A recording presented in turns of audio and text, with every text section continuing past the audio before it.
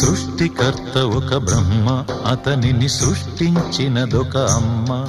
ఆ అమ్మకి తెలియని చిత్రాలు ఎన్నో, ఈ సృష్టిని స్తంభింపచేసే తంత్రాలు ఎన్నో. సృష్టికర్త ఒక బ్రహ్మ, అతనిని సృష్టించినదొక అమ్మ.